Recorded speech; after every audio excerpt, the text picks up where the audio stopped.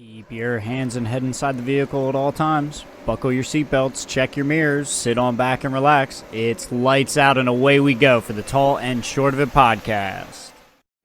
Hello everyone and welcome to another episode of the Tall and Short of It podcast, coming to you live from 2016. I'm your host Justin.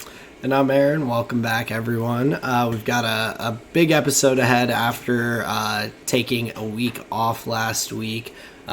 So we've got some F1 recaps to get into, some quick hitters, Magic the Gathering, League of Legends as we're heading into the World Championships very soon. But Justin, it's good to see you, and I'm excited to get into the episode tonight. Yeah, good to see you too. I know it's been a bit of a trying time for each of us here, but we have a bunch of good competition to look forward to. That's what they say. You know, just have something to look forward to every day, and that's how we can make it through. But it's good to see you here on this Wednesday evening. I'm looking forward to talking about the Italian Grand Prix that we had at Monza this past weekend on Sunday. But Aaron, before we get into all that, let's hear about your Rose Thorn Seed. Sounds good. So my rose for this week, I was down at the beach for the weekend. Colleen and Senna were staying home. She had some stuff to do around here and all, and keeping an eye on Senna. We went separate ways for the weekend, but it was a nice time at the beach. Coming home though was like just great on Monday after being down there and just being kind of tired from running around and burning the candle at both ends all weekend long, to come back and have the two of them here to have a really nice Monday was great. So that is my rose. My thorn is I've just had some rough traffic lately. It's like a dumb one, but this morning it took me over an hour to get to work, which it normally takes like 45 minutes at the most. So that was pretty rough. And coming home from the beach, it was just like one of the most frustrating things is like with me with traffic is just you get moving along, everything seems to be going smoothly, and then just out of nowhere there's just a backup, and then it's just something dumb, or you never even like figure out what caused it. You're just constantly just slowing down randomly, and you're just it makes the drive a lot more difficult. Also almost got ran off the road on the way back from the beach. Not ideal. Guy was hauling a trailer behind him, didn't see us, and just started coming over. So I hit the curbs or the rumble strip on the side of the road, like dodging out, and I had to back out of the corner. So I had to give him space because he wasn't giving me a car's width. So I felt hopefully the stewards will look at that. Yeah, I felt like the stewards definitely need to review that after the race, but yeah, not the most exciting thing. And of course, like when you're just ready to be home and coming back to Senna and Colleen, I was like, this is not how I want this drive to go. So yeah, not the most fun, but traffic it's part of life. Yeah, it's death, taxes, and traffic. That's what I've always heard. Yeah, the big three, as they say. Yeah. But my seed is this weekend. I'm looking forward to. We're going to be hanging out with my brother and sister-in-law. They're going to come down to visit us for Saturday for a little bit. Get to hang out with them. Just catch up a little bit, spend more time with them because we don't get together too often. And then we also have an impromptu wedding to go to where we were like maybe the C or D list on the invites, so we didn't get like one, and then some people backed out short notice for the wedding party, or for this couple who invited people, and they were like, you want to come? We're like, sure, why not? So wedding Saturday night. That should be a good time. Wild. Is there like a trophy or a medallion, some type of souvenir that you've taken from each of these weddings? Like, how many have you been to at this point? Cool. In the past, I guess since Colleen and I started dating, we've been to probably uh, 12 to 14, maybe. Yeah, A lot wild. of them we have little things, whether they're um, photo booth pictures, like not always, not well, not ever like cheesy ones with the big glasses and things like that. That doesn't like get me with a photo booth personally, but the little like strips of photos and stuff, or Mm-hmm. like koozies, or Mm-hmm. different things like that. But to be honest, um, like little souvenirs or like gift things from weddings, like I think they can be kind of like cutesy, but I don't like, you can only have so many beer koozies that Mm-hmm. have someone's like wedding date on them, and they're like great to have when you have people over and whatnot, but typically you need like two beer koozies, and I feel like we Mm-hmm. have like 30 from like those and just like other things, and it's too many koozies. So Too many koozies. As you were talking about this, I was thinking, so yes, okay, yeah, if you just take koozies, they're just a koozie. But if you take them with a purpose, so like if you put them up on a shelf and all of the top rows are winners, the bottom row would then be the graveyard. And then as they start to bite the dust, you would then move the souvenir from the couple and say like, "Ah, oh, they didn't make it, damn." oh, And then that would over be time, you would brutal. see. Just you have the one friend that whoever whichever side you end up on, like of whoever I guess you're friends with first in the couple, like you just end up they come over and just see that their koozie been moved down to Yeah, they'll be the like, what's going on here?" But oh, that's nothing. just nothing. But yeah, I don't really do too much with the koozies. We have them, but they're on standby for the most part. Sure, like a But yeah, shot glass or something. yeah, but Hmm. that's my rose, thorn, and seed for this week.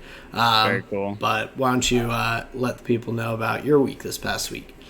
So my rose here is just something that I'm very grateful for. So I think it was like 2 years ago. My parents helped Sarah and I purchase a washer dryer for our massage business, and it is just like every day that is just a workhorse for us in Nice. like in so many ways, and it's just we don't know the headaches that we would have if we did not have this thing, right? Like it Oh is yeah. just so we don't know how good we have it is like this Oh kind of function in our life. And I was just down taking something out of the dryer the other day. It's like 10 steps from everything that we have, right? So it's like, damn, I feel pretty grateful having this. So I was like, this is just an amazing thing. So I just wanted to say that because it is above and beyond just the most useful thing yeah. that we have available to us. Like dragging everything to either home or to a laundromat or something for like a commercial size washer, or like just the fact that it's you could just do quick loads and everything, just like keep it going. You can get stuff done short notice if you need to, and what like that's a big convenience. No Mm-hmm. cost of sending it out to somewhere to like do the cleaning for you. Mm-hmm. So definitely a solid investment and decision for the business. Huge. And just like big appreciate the idea from both my mom and my dad there. My thorn here for the week in the office, we had one of our curtain rods at the original install. We didn't do it properly where you use like a wall molly and then screw in. We just screwed in and we're just like, oh, this is fine, it doesn't weigh that much. Eventually it kind of slid out. So this time, use a drill, put a wall molly in, do it that way. Not a huge deal, not a big repair. Just happy to be, happy to be able to do it, not have to bother, Raph the landlord or anything like this. And it was, kind of fun to tinker. I did scratch up our new dresser a little bit. I was just like laying stuff willy nilly on the top, and then when I took them off, I was like, oh man, I didn't even like think about it. I was So gonna now there's ask like, if it fell and hit anything on the way down, but it oh sounds no, like I you did that just all clean, take it down nice and soft, but I was just like chucking the drill onto the dresser apparently. gotcha. But yeah, just some simple repairs going on. And then my seed here for the week, Sarah is in Disney currently, so I'm just looking forward to when she's home, I guess probably sometime on Saturday or Sunday. Nice. I'm looking forward to. She has some interesting photos. I'm curious if any of those things come home as a souvenir. There was one where she had a photo of a Spyro plushie hat on that she sent a Okay. photo of, and it was just very funny. And I'm curious if that makes it into the luggage. But yeah, other than that, that is my rose, thorn, and seed here for the week, my friend. Very nice. But yeah, it'll. I like I said with this weekend, it's nice when you're back with your partner and everything, back to the routine of life together. So yeah, and you'll have to let us know what does make it back in the luggage from Disney. But I hope it's a deck of cards.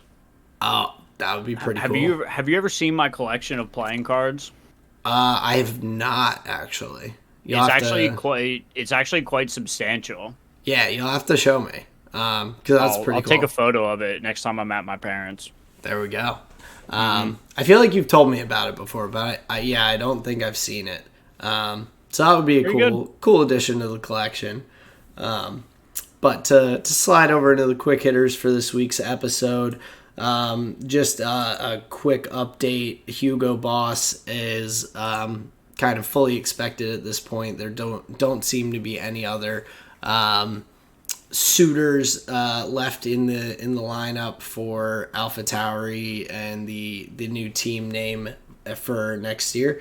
So Hugo Boss will most likely be the title sponsor. Can't wait for that name. That'll be fun to say all season long or however long it lasts in Formula One. But in bigger news, so the FIA budget cap was released and all, and every team apparently was in compliance for 2022 after all of the talk behind the scenes and people trying to call other people out and everything over the past year. It appears everyone was in compliance. There are some doubters out there on the internet. Some folks don't want to believe it. They think that just everyone went over. So instead of the FIA looking bad, that they just said, "Oh, everything was good." Of course, the fix is in there, right? Yep, exactly. So, I totally believe that because that makes tons of sense. The I mean, FIA how could Red Bull have definitely won?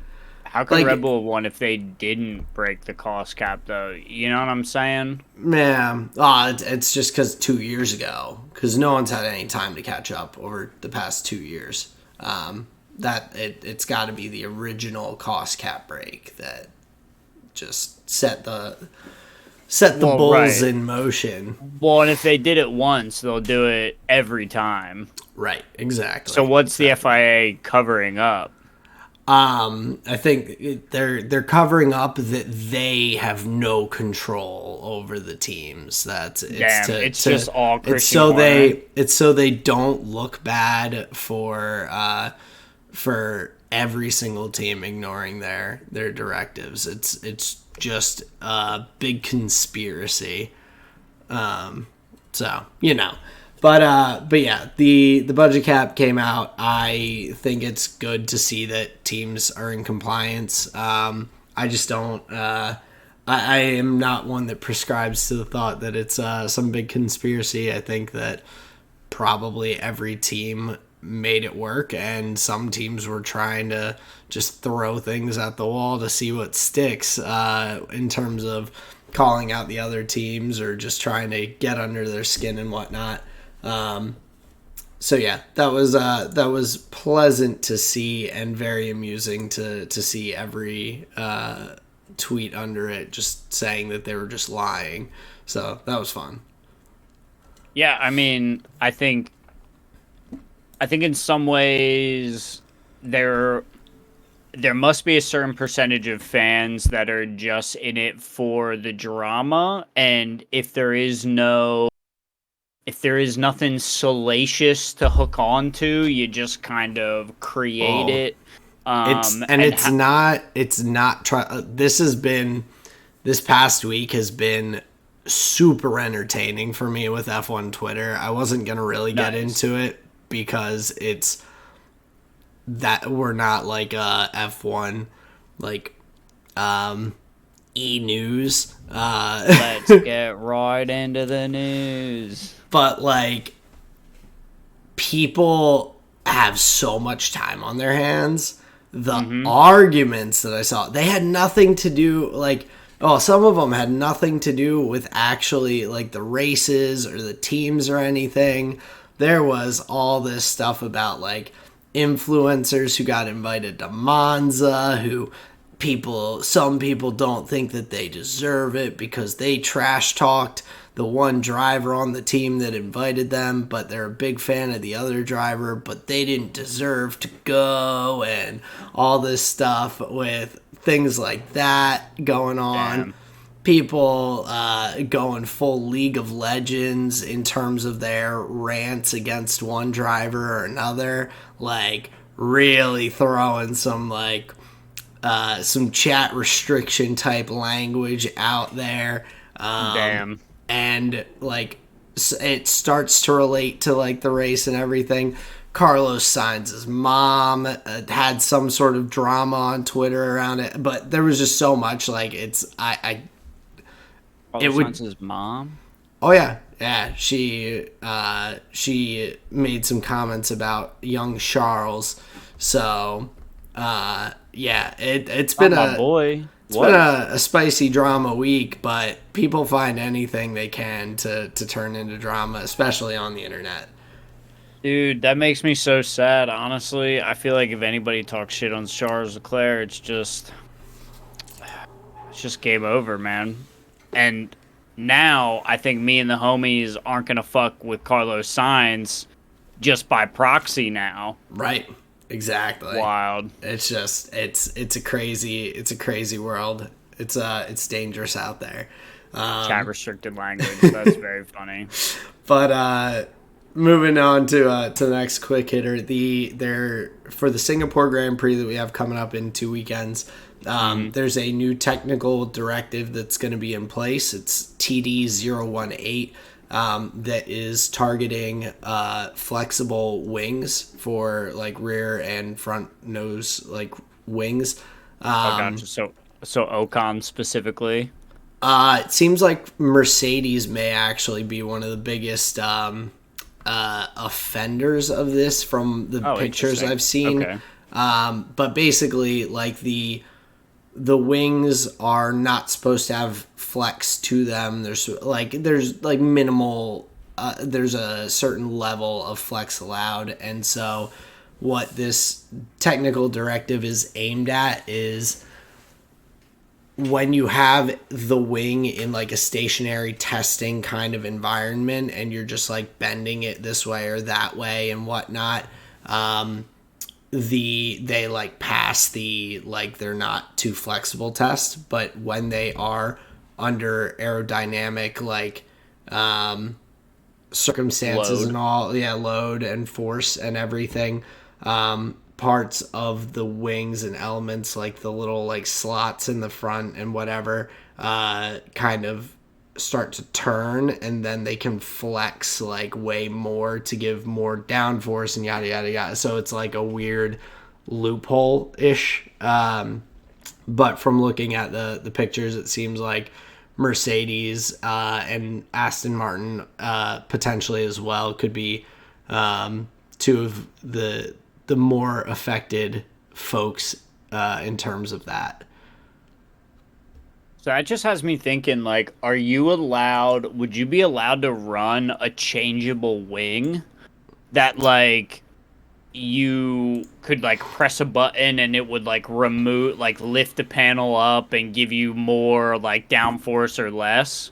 Like DRS? No. um, Well, oh, okay, right.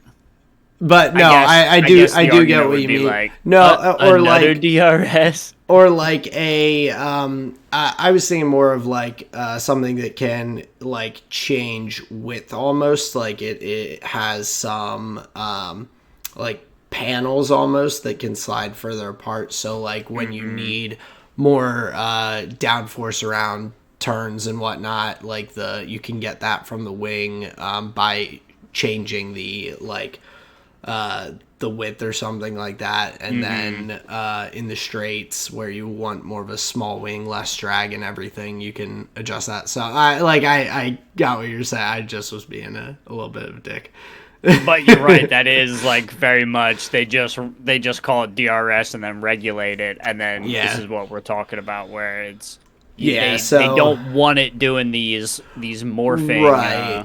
Well, and there's just other things too. Like I was reading more up on some of the rear wing designs and whatnot, and the rear wings in the technical like directives and all for the engineering of it, it has to all be one like piece, and there can't be no end plates on the end, because those end plates, like the goal of the current regulations is like to cause the cars to have to use the floor of the car and whatnot to create the downforce and everything for the vehicles. So they don't want teams to be utilizing like end plates on the like rear wing and stuff to like create more downforce depending on like how they're angled or whatnot.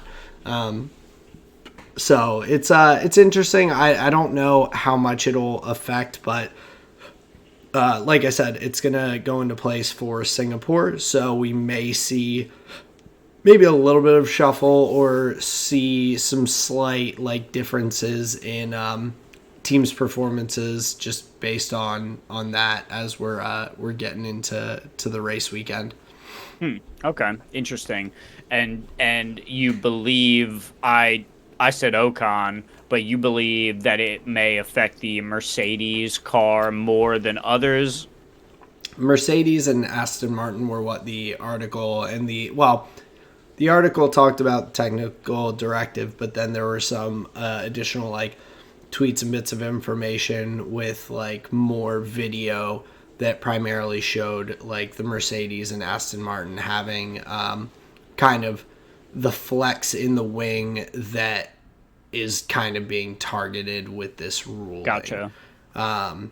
So, and whether or not, like, I'm sure there's going to be people that are out there that are like, they're just still trying to hold Mercedes down. First it was the DOS system, and now it's the flexi wing. But I genuinely just feel like they said, like, no flexible wings, and as the season's gone on, they're, like, seeing video and being like, that didn't do that when we tested it. Like, I feel like it's more of a that, like, that's not supposed to be okay to do that, but it passed our tests. Like, what's the deal?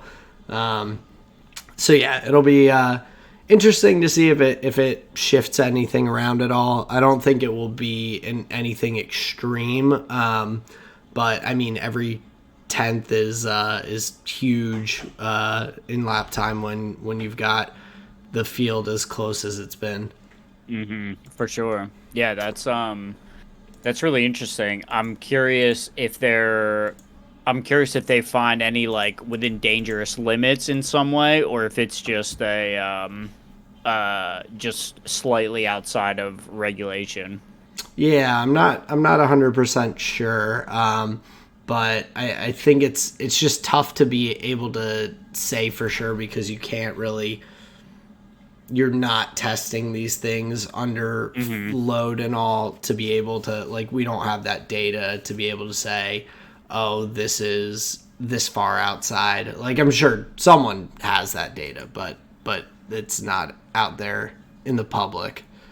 Well, I guess what I'm thinking of is like the race where Ocon's rear wing was bouncing all around, like to the eyes Oh, of okay. yeah, Yes, to I the eyes of the getcha. viewer, it's like, oh, this looks really dangerous. Is he going to get a black and So white flag? so to You see what I'm saying? this is it's primarily focused towards like front wings on the cars. So I get where you're bringing Ocon in and all. It's like I'm sure that there are some things with the rear wings that are a part of it, but it seems to be more so the front wing that's targeted, which is why the I guess with the Mercedes and Gotcha. Aston.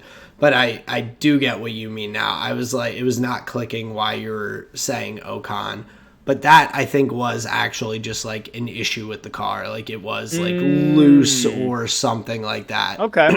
Okay. Gotcha. Problem So solved. yeah, but looking at just some contract things, then Logan Sargent still not re-signed, and James Vowles kind of has said, "Hey, like you just got to step up the performance and all." He's looked pretty quick at times over the last couple of races, so I think there's still potential, and I hope he stays in F1, but. There's still a few other seats that are not solidified that kind of Hmm. could free up some space. One seat that is not is Lance Stroll's over at Aston Martin. From Aston Martin, they believe that there is not a big gap in performance between Alonso and Stroll. Oh. It's a small gap apparently.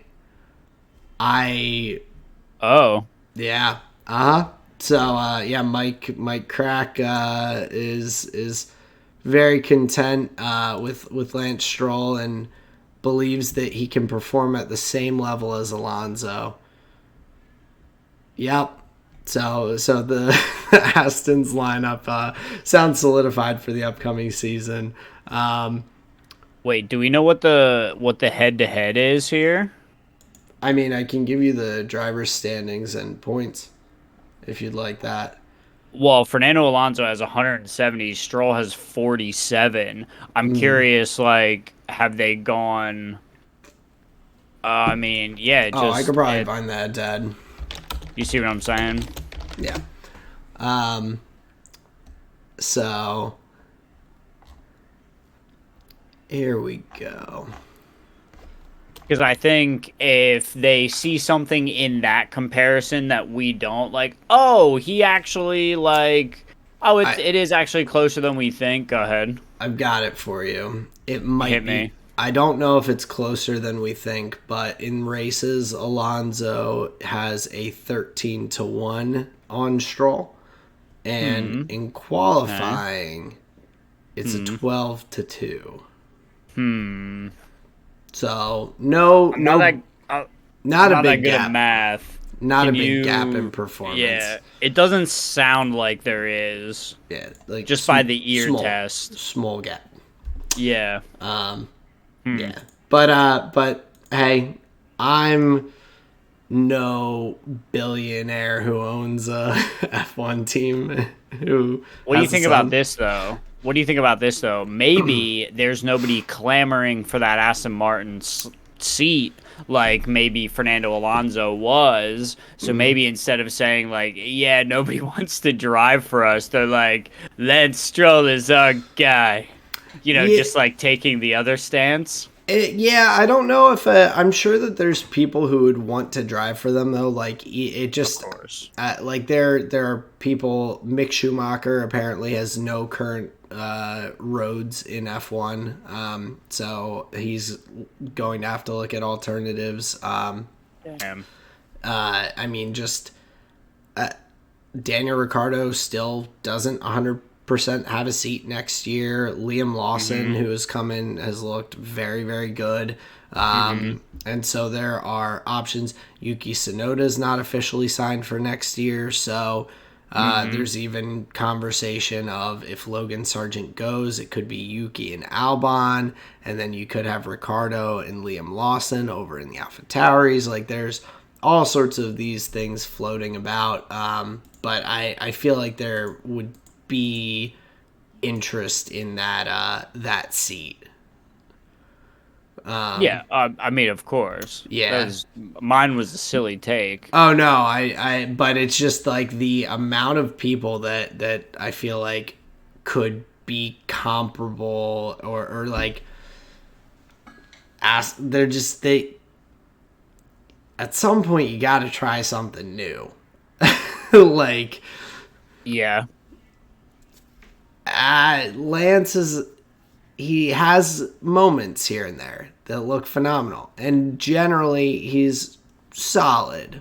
but he when they're trying to put themselves in a competitive space for the constructors championship and all, Mm-hmm. Mm-hmm. something might have to change for that to happen. Sure. Is there a world where this is on the kind of on like the team principle and this feeling of maybe they don't see a young driver that is better than this, they're just like P11 driver in Lance Stroll. I'm Potentially. curious. I'm curious if they look at the field and just think like, oh, it's just all gonna be Mazepins. Like Yeah. we'd rather just have Lance.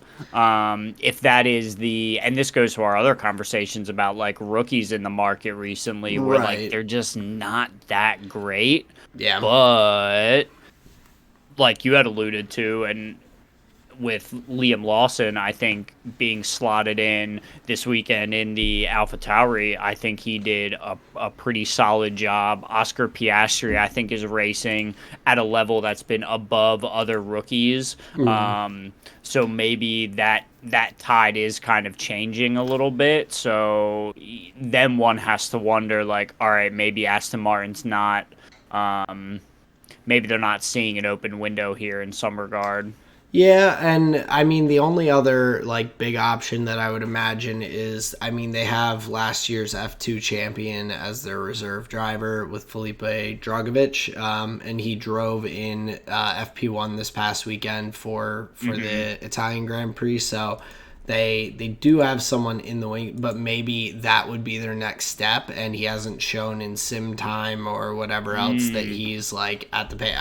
So it could be that they just don't feel like there's someone who fits the bill quite yet. Because maybe if they're trying to sign a new contract, maybe they want like a George Russell instead of a Piastri. You know what I Yeah, mean? someone Someone who's who, established. Like I mean, that guy, and it won't happen because he seems pretty locked in where he's at, but Alex Albon is like someone who I feel like could scoop be him up. like, yeah, like a solid driver Hmm. who has some experience but still young, still like hungry and putting in good performances. Hmm. Like that's the kind of guy that I could imagine, but with maybe, yeah, maybe that guy's just not currently available out there, To based on their eye. contracts or yeah, or and with just contracts and things like Hmm. that. But as you alluded to, another driver, George Russell, along with Lewis Hamilton, both have re-signed for 2024, 2025. Ching. So one Let's thing that I go. saw about this, which I'm curious to hear like what you think, but someone was basically like, "This is like terrible for George Russell." Because the goal, well, like the goal, like I guess from Russell's camp, the idea would be, oh, come in, like learn for a year or two under Lewis. He retires, and now you're the new number like one driver on Mercedes and everything, and you have Oh no, Lewis is still the here. like well, and I mean, even looking at it, you're now up against, I mean, one of, if not the greatest driver of all time, and it's just like the first year where the car was brutal last year with the regulations and all, like Outperformed Lewis. outperformed Lewis. This year, car's in a better place. They've actually figured out what they're doing with the car, and it's not like having all these random issues all the time that they can't figure out, like porpoising, and Lewis is outperforming George. So it's like, and I'd be curious. I'll have to look and see what their head-to-head is, but it's 10-4 in races for Lewis and 7-7 in qualies.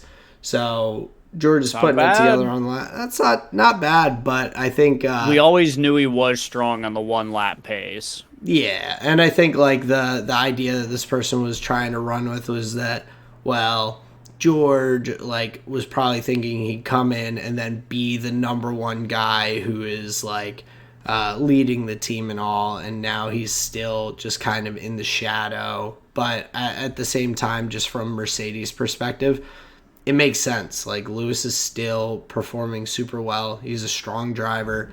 George is a really good driver next to him. I don't think that there were upgrades around the field available from those two drivers, like for the season. I think that there's no reason to go away from Lewis if financially it makes sense.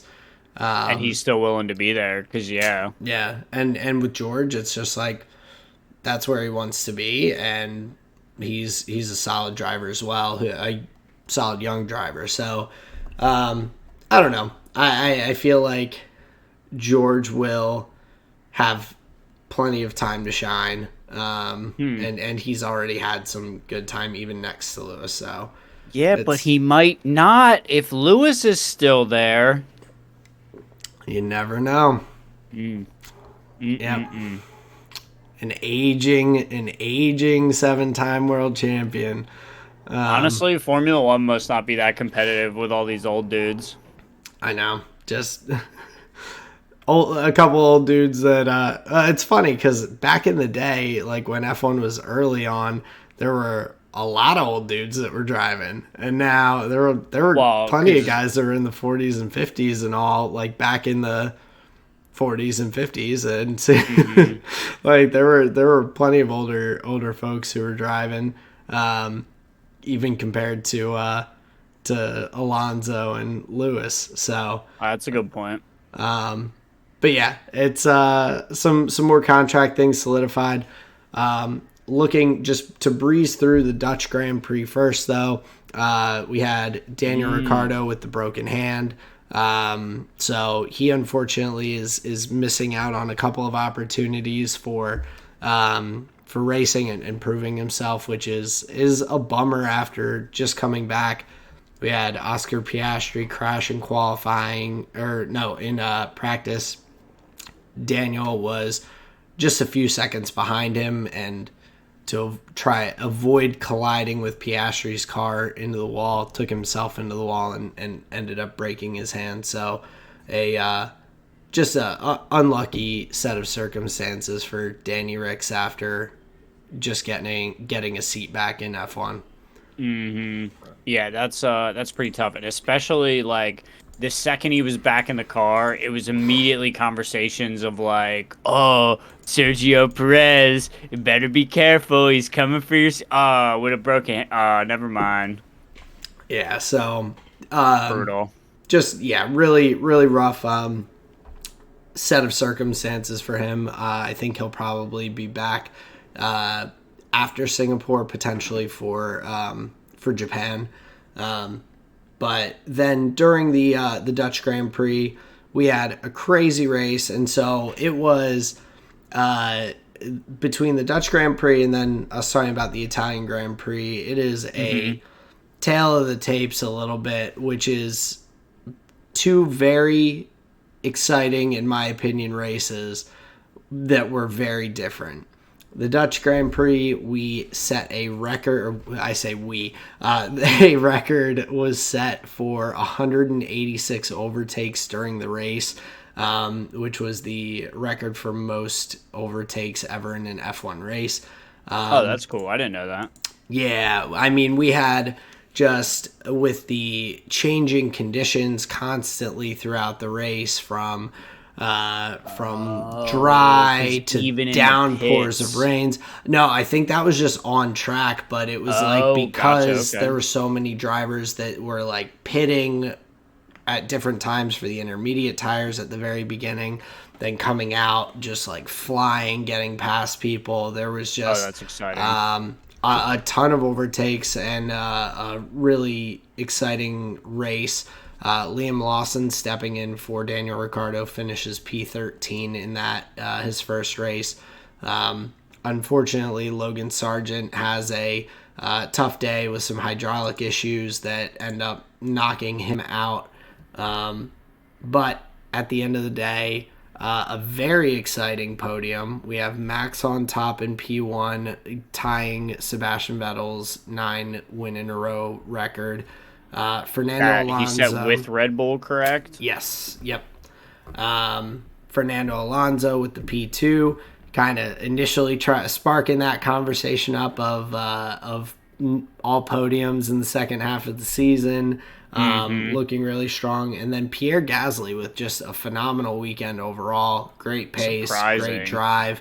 Very surprising, smart decisions on the pit stop strategies, getting on the intermediates immediately, hopping up a bunch of positions, and getting that third place on the podium. So a really phenomenal and exciting race. I felt probably the best one of the season up till that point over at Zandvoort for the Dutch Grand Prix. Yeah, and especially if you're a fan of like a changeable podium where, I enjoy races when different people win. And not saying that's a bad take to have, just like if you're that fan, this is, one of those exciting races for it. Because you have like you had said, Fernando Alonso P2 and Pierre Gasly as well, where it's like these guys kind of especially Pierre kind of come out of nowhere. Fernando Alonso, has been on the podium before, but it kind of fell off with Aston Martin's, I don't want to say slump, but maybe just like plateau as other teams kind of like rose up and met them, and them not like making as far strides forward. And I especially just like the Zandvoort circuit. We have the I love the final section, the banked turns coming into the pit straight. I truly just love the redesign of the track. I think it creates some very exciting racing, and like you said, the most overtakes. I didn't even realize, but that's like you had said, I thought it was a pretty good race as well. I just want to go back to the Logan Sargent point though, because this was the race where he qualified really well, didn't he? Yeah, he got into Q3. Yeah. And Starts then in P10.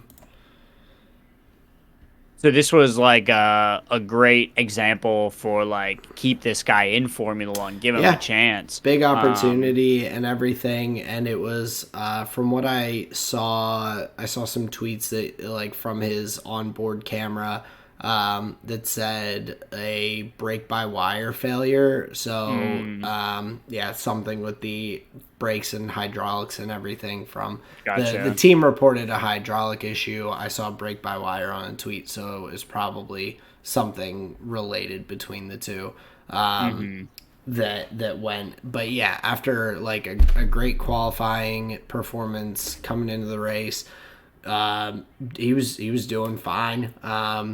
Up there, I believe he was pretty close to the points when he ended up retiring, just spinning out and all with the brake issue. But a tough day because he just can't seem to get a break He's had some bad luck.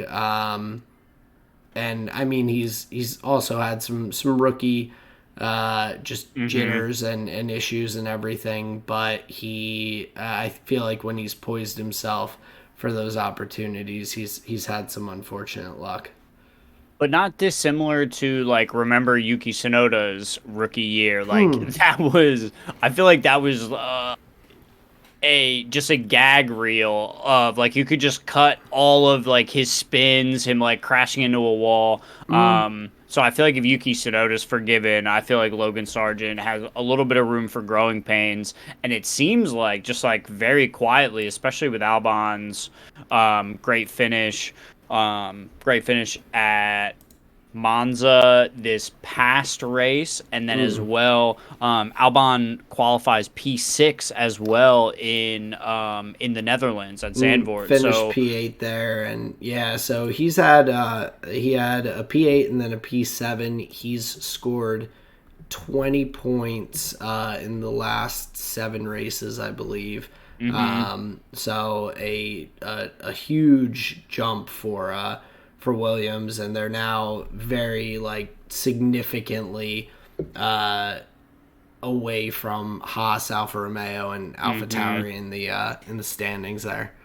yeah, like have brought themselves out of the dregs and are like, no, no, we are a points scoring team, which Yeah. like we haven't really been said before. It was just like, oh, like Alex Albon's like he's doing really well. Oh, he must be just out driving that. But now it's just like, okay, no, we are a point scoring club here. That's pretty exciting. Yeah, and like since we've joined F1, we haven't really seen that, and I think No, I started with the tears. yeah, and I mean I think that I have to give a lot of props to Alex Albon for one for his drives because he has been so consistent and just really has not made many mistakes, and as we'll talk about uh, with the Italian Grand Prix, but also I think James Vowles coming in from Mercedes to be the team principal there at Williams. He seems to have a really good grasp on good strategy and things for team direction and all. I mean, they have designed their strategy so specifically around their car, and it's work like people can't stop them. That we see it in the Italian Grand Prix. You get Alex Albon to get the undercut, or he has a good qualifying. You get him in front of like the McLaren, anyone but like the Red Bull cars, and they just have a brutal time getting past the Williams in a Hmm. straight line, even with DRS. And so Alex Albon's driven so well doing that, where he just doesn't make mistakes.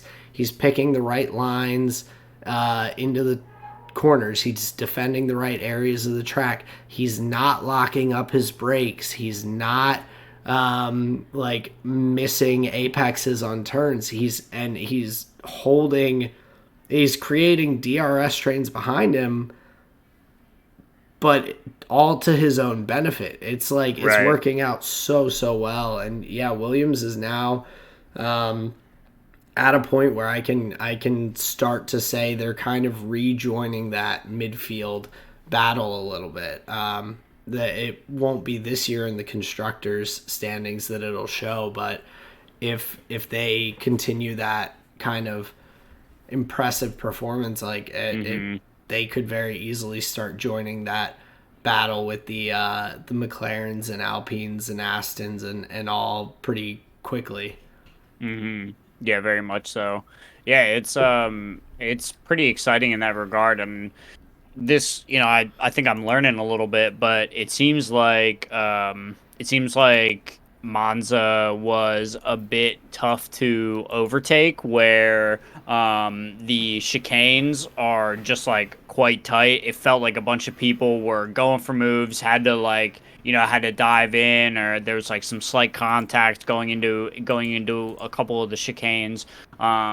So in that regard, I think Alex Albon was rewarded in the sense that it was just tough to overtake on the track. If he's going to be a traditionally, like, you could call him like defensive style driver, maybe not going forward a whole lot, but definitely not going backwards. It seems like he definitely benefited from a quick car in a straight line and a tough track to overtake on, especially this weekend at Monza. Yeah, and it seemed like part of that was really for a lot of the cars, they went for a kind of smaller car this weekend, especially in terms of the rear wing being smaller and everything, to give that better straight line speed, less less drag and everything for the car. I mean, we even saw it with the Ferraris. They went and kind of slimmed down their car a little bit, along with running a smaller rear wing, which gave them, I mean, the ability to hold Max behind for longer than anyone has up until this point in the season. So yeah, on a circuit like Monza, it works out perfectly for the Williams car to be in that position, holding people off. The chicanes, it's so funny to me, like, what gets looked at and what doesn't. I mean, we have the races earlier in the season where the stewards are like Catholic school nuns with a ruler on the sideline, just waiting to up you went outside the lines, swap. Like there's they're there, like, up. Black and white flag, black and white flag, black and white flag, up 5-second penalty, 10-second penalty, just like running up the tally on everyone. And then we have the Italian Grand Prix in Monza, and they're just like, chicane, don't know that word, and just blowing through it every time they're trying to overtake someone. They're like, up. I didn't get him on the straight. Guess I'm not making the corner, and just drive through, and you hear nothing from the stewards all race long. There's no, like, and I understand that, like, in terms of the the teams were very good about, like, giving the position back if they overtook off the track and everything, but, like, it was just so funny that I'm just like, oh, and we're seeing guys just like sending it down the straights and just being like, up, didn't get the pass, guess I'm just gonna not like follow the track for this point. And the stewards are like, whoa, that was exciting. Like, not like, hey, Checo Carlos Sainz has now gone off the track 3 times while defending. Like, there's got to be a black and white flag or something for someone out there. I see what you're saying. The inconsistent, because it is track limits. Like, it's whether, if the spot's being like, it's clear that even the driver that ducked, they know that, like, they don't have an advantage. Like, it was clear, especially this weekend, that they were just like to give the spot back and just continue racing. Yeah, which is fine, but like,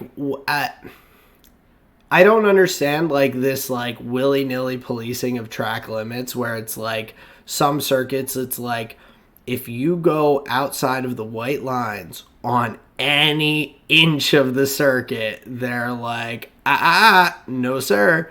And then this time they're just absolutely blowing through turn, like, not because of contact in every circuit, just because they're like, I didn't brake soon enough. Sorry. Well, that's my argument, is by definition they're not gaining track advantage if they're giving it back. But if you're blowing up, but if you're just lap after lap going wide on turn 7, their argument is you are gaining an advantage by going off. Okay. I'd just be curious, like, where, because, okay, maybe in your head-to-head battle, you're not gaining an advantage, but I feel like you still No, could be gaining no, on the you got to people hit the behind you. brakes. You got to hit the brakes, bro. You ruin your momentum.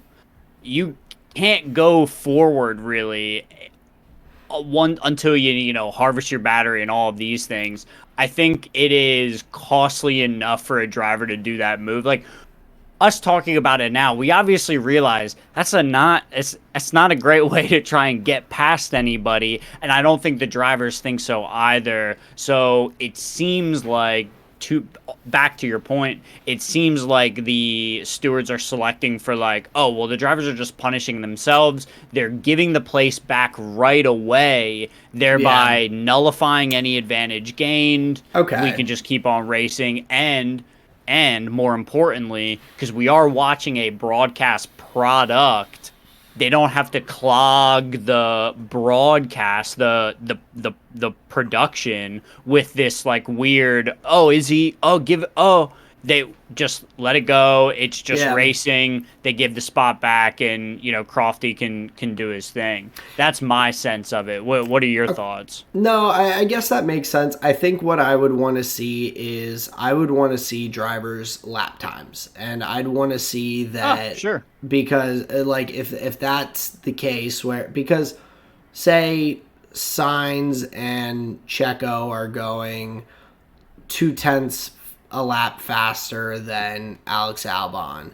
And then they both cut the chicane and they're back to their like 4/10 or whatever between them. Okay, but they both they gained gain six like tenths on six. Albon. Yeah, because of just Uh-huh. the shorter Okay. distance. Like that's where I'd want to be like, oh, okay, like this time where they didn't hit the brakes soon enough, locked up, ended up going through the chicane. Well, they were doing 131.2, and that lap they went 132.5 because it actually is slower to like go that. Like I'd like to, because you could, I'm sure, see consistency in lap times, like fine, like no issue, no issue, no issue, all about the same, and then locks Mm-hmm. up and runs through the chicane. Like it's not going to be the exact same like lap time for For that sure kind of not. like. There's I see what so you're I'd be saying. curious what the difference is, but I guess that it would make sense, like you're saying, that if it isn't being policed like that, that they probably are not gaining anything, and as long as everyone gives the positions back and all as they're supposed to, then Mm-hmm. no harm, no foul at that point. Which, if you remember, part of the change of the rules with the way the communication tree goes, the handing back of positions is under the purview of the pit wall. The Right. teams have to sort that out between themselves. That's not something that we're going to hear from the FIA. Right, and then if the Mm-hmm. steward's like, you should have given it back and you didn't, okay, 5 second penalty. Yeah, like if they've got to come in and be like, Right. yeah, you got to correct this here.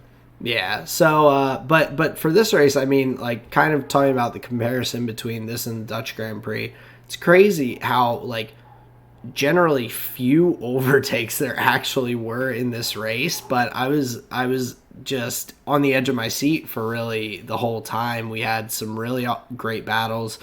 Carlos Sainz defended like just phenomenally throughout the race. First against Max, then against Checo, then against Charles. Um, there were a couple of times where I was like, I think he moved a little late under with the Mm-hmm. braking and all, but I mean, generally, I just was super impressed. Like he didn't. It took a while for Max to force a mistake out of him, while Max was putting pressure on consistently for that first stretch of the race. Mm-hmm. And it took until that 14th lap for Max to get him to lock up a little bit from pushing his tires so hard, and then get the better exit out of the first chicane, and just taking it kind of from there. It was funny watching with some of my friends down at the beach. They were like, I was explaining things to them and everything, and they're like, we haven't seen Max in like 30 laps. And I'm like, yeah, but we got to see him for 15. I'm like, this is the most I've seen him drive all year. That's funny. I was like, this is like the most exciting like racing I've gotten to see him do, and it was just funny watching with them and like thinking about that. I mean, Carlos leading for 14 laps is the most that any non-Red Bull driver has led in a race all season. Max just, I mean, they have the car, but he drove really well too. He was very patient with when to make his moves and everything. He was very careful to not have contact and everything, and no matter how much he talks about in interviews that he's not really concerned with records and whatnot, like, I think I'm not saying he necessarily cares about the record, but he like cares about every single race. Like, that he is trying to win every single one of them if he can. For sure. And so it was like pleasant to see him in a position coming from behind where he's not having an easy time getting past a driver, but still just like remaining patient, waiting for an opportunity and everything, and letting it play out. But yeah, Carlos drove really, really well. He was defending pretty phenomenally throughout the race.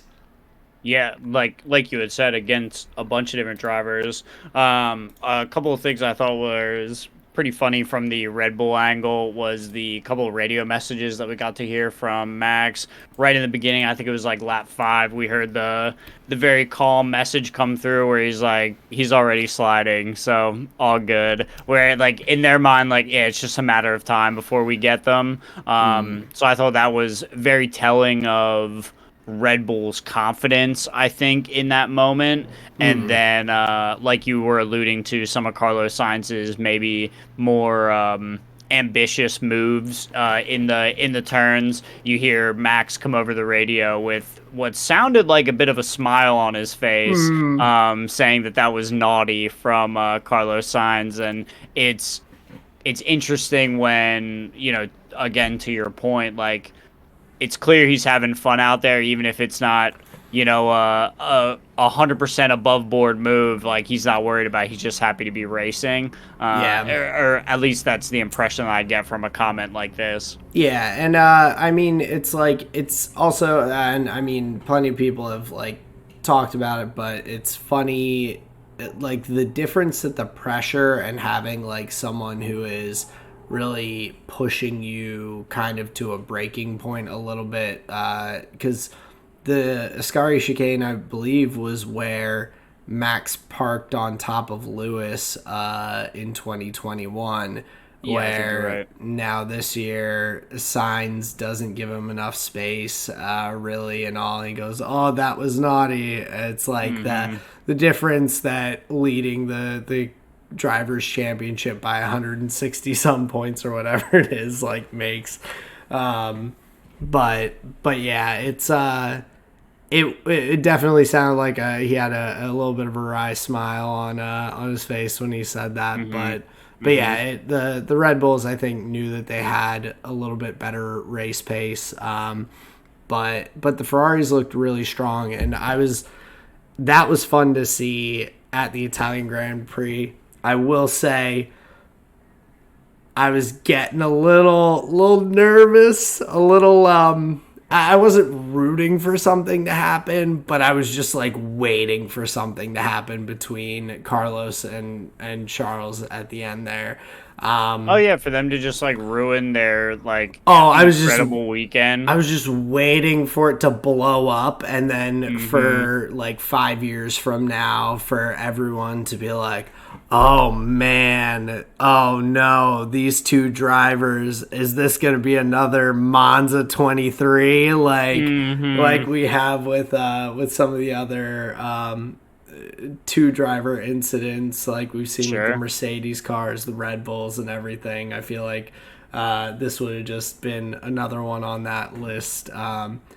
And how close they were at some times with going side by side through Parabolica, Charles locking up, going into the Ascari chicane on the last That lap. was huge lockup too. Both front tires just he had no the only thing that saved them was he locked up close enough to the chicane that Carlos was already turning out of the way because he just was sliding straight. There was no stopping.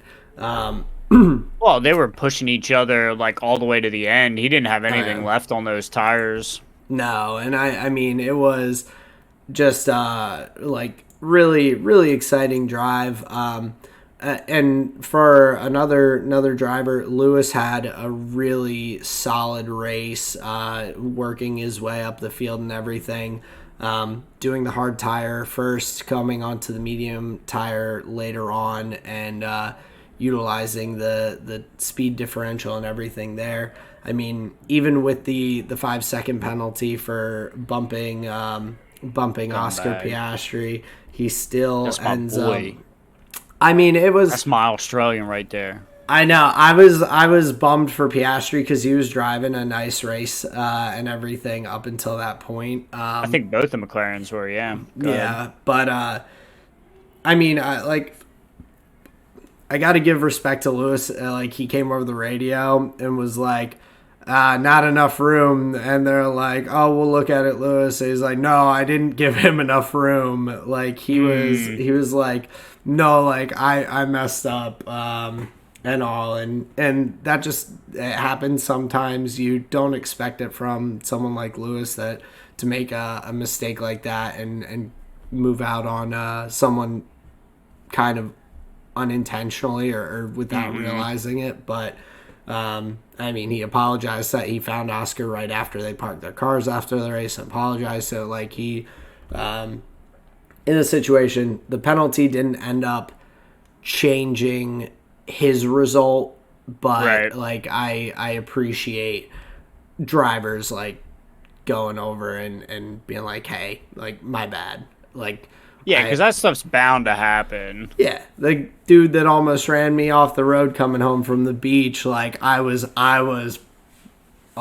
heated in the cars because I was I mean, I was adrenaline was pumping. And I'm like, this guy, he like pulled back over in the right lane a little ways up, and I'm like pulling up next to him, and his hands at the window like waving, like, oh my god, I'm so sorry, like before I'm even side by side him, and I'm like, all right. Yeah. It's tough to be mad when people like acknowledge their fuckery. Yeah. And I'm like, he had a big ass trailer on the back of his truck. Like I must have just been in a blind spot, and he was like, yeah, fuck, like I'm glad that nothing happened. But with stuff like that, like props to Lewis for going and apologizing and everything, but he still went and put a monster and stint on those medium tires in doing the unthinkable, getting past Alex Albon in that Williams and making his way up the track. Really, really solid drive from Lewis. Yeah, I would have to agree. I think Russell drove really well too, especially on a track that had like dueling Red Bulls and Ferraris, where it was going down to the final laps of who was going to get delivered what points. So yeah, I think George Russell really kind of performed well in. Not to say that like you expect him not to be capable of it. I guess I'm more commenting on like the pace of the Mercedes, right? And saying, like he was kind of up there in the fight. He was dueling with Sergio almost like the whole time until Sergio was kind of able to break away and start to attack Carlos there. But yeah, I think both of the Mercedes drove a pretty good race here. Still, the Aston Martins. Well, not still. We have another weekend where the Aston Martins I just think of them as kind of like Mercedes' main rival here currently. Struggle in that regard. Fernando Alonso pretty far back here, so doesn't close up on that little battle. You had talked about the McLarens; they were racing together the whole Sunday. Pretty much just like it was just those two in a little pack. We even have the McLarens like making contact with each other. So yeah, it was just a tough track in some of those corners. But yeah, overall, I would say it was a pretty exciting race in that regard. Yeah, I would definitely agree. And then just looking at a couple other, like I'd say standouts, Yeah, Valtteri with the P10 getting back in the points. Big ups for Valtteri with the let's sweet Alfa go. Romeo Italian Grand Prix livery that they had going. It Mm, was slick, but he drove really well.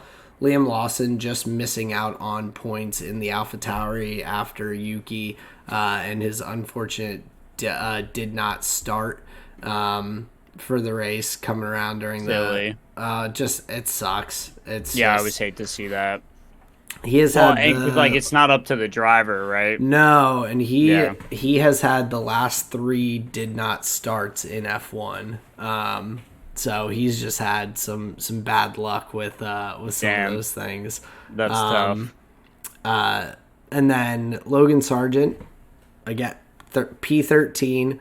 I think it was disappointing in some ways because he should have been in a position to score points potentially if he hadn't started down in P15 when Albon was starting up in P6. I think that he like if he can get his one lap pace improved a little bit and nail those, then he could have really been in a spot further up the track to do something similar to Albon and just utilize the straight line speed to be up in the points.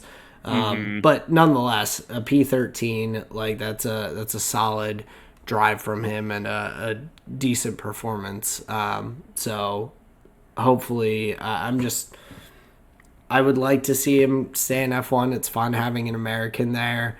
Hmm. So hopefully he'll be able to continue some good performance and all, get some points and keep his seat.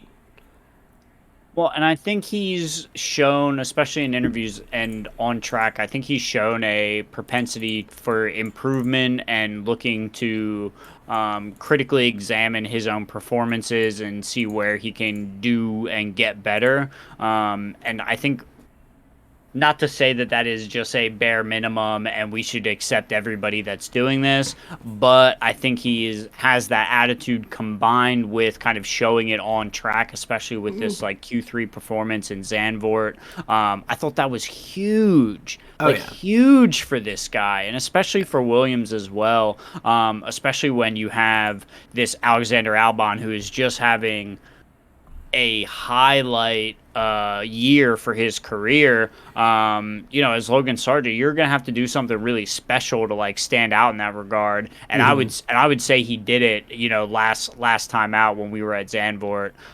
So yeah, big time. I agree. I think it's cool to have some American representation. And that's not like the only motivating factor. I just think he is No, showing he's enough, if not more, than other rookies have.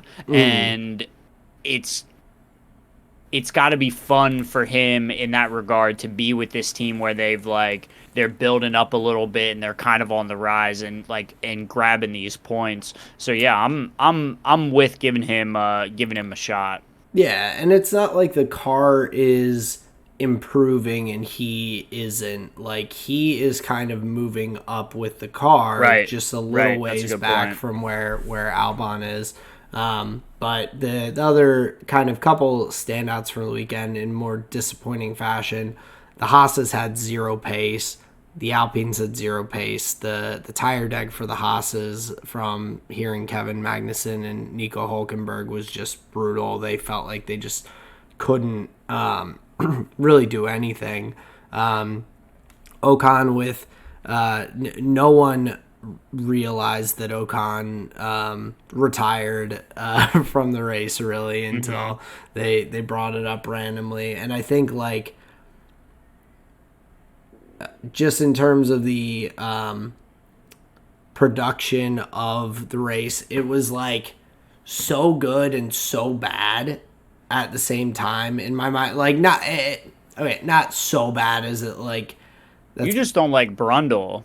no. I'm not talking about the commentators, more the like what they were showing on screen because we Oh, had okay. some really good battles throughout the race, but then it felt like we watched the same maybe 7 drivers the whole race and just didn't see anything from some other drivers that were like we had Fair. no idea that Ocon retired. Like there was no box terminal failure, like not even a team radio between the Alpines or anything. We're just locked in on the Ferrari Red Bull or like the Williams McLaren.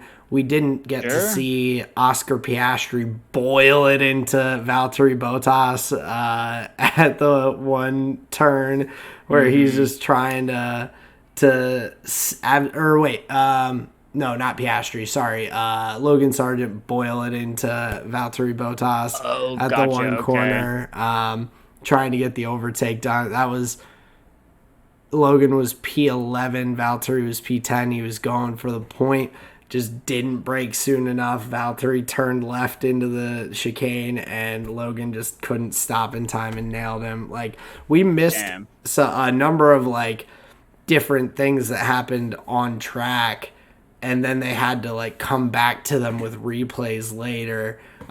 So in terms of I guess like camera production, no, it had nothing to do with Brundle or anything like that. But there was I think a little bit lacking, but then they had such good exciting fights that they were showing as well that Mm-hmm. I'm still enjoying it. But my final just like negative standout for the week, Lance Stroll. I know we talked about it a little bit with I know he's the gap isn't that big between qualifying 20th behind the Haas's, behind the Alpines with no pace, behind just Lance Stroll qualifies P20 and Fernando's up in P10. Like that is not acceptable in that car as like someone who is considered by the team to be a solid like driver. Like Lance Stroll should not be that far off the pace. If you're going to try and say that he is right there or like that he like hey, you can keep him and be like yeah, like Fernando definitely has been performing better, yada yada yada. But I mean, that Aston Martin should not be starting P20. That's brutal. Mm-hmm. Yeah, and I don't know, man. Like I Alonso just didn't want have to see any. the most competitive drivers. Yeah, and it's not like Alonso like did anything insane on the weekend. He started P10, he finishes P9, but he was keeping pace with those cars towards the front and everything, but just like to some extent, like so, like the McLarens and Williams just couldn't quite get by. But he was like catching up to the packs, joining the fight with the McLarens. He joined that Mm, fight from the back and everything, and I just felt like Stroll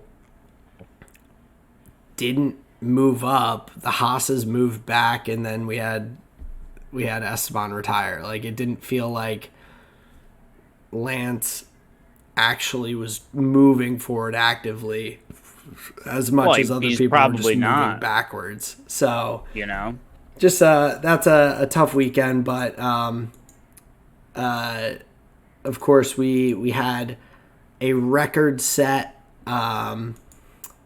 People just people out there don't think that the records are that big a deal. Max Verstappen doesn't think his own 10 win in a row record's that big a deal. he's more concerned about or he speaks more on the team record of Red Bull wins in a row than he speaks about his own. Toto Wolff was very vocal this past week after the race about records like that don't mean anything, and the 10 wins in a row, that's a record for Wikipedia. Who reads that anyway? And all these little snide comments from Toto on the week. But I guess Yeah, I'm sure they count their championships though. and it's just like it's I don't know. There are records that are not worthwhile to really keep. Like, in my opinion, like there are baseball stats that I hear like watching the Phillies that I'm like, that's like not even a real thing. They're like, oh, this guy is batting 350 when he's facing a left-handed pitcher on a Tuesday afternoon game in the third inning, and it's like, well, what does that mean? Like Yeah. stop, you're stretching. But like this, like wins in a row records, points records, like those are things that are actually realistic and logical things to kind of take into account. I will say from Max's side though, I feel like he is just so focused on just racing that he probably like will appreciate those things more later than he might currently in the moment, because he's just seems like a very like head down, nose to the grindstone kind of guy.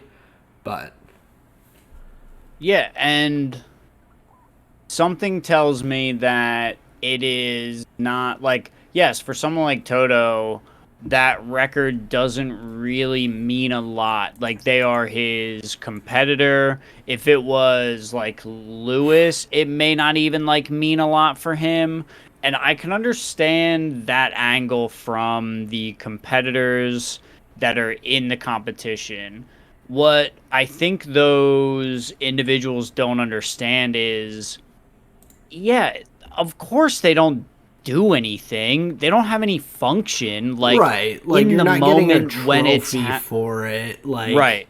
Nor do we expect him to. But here is when it's very important, when you're trying to give context to an individual's career or somebody else's career that is like adjacent. If you're trying to maybe inspire a new fan and tell them the story of, you know, the 2023 season as you look ahead to 2024, it is just a bit of data that you can use to illustrate just the time that you were in of competition, right?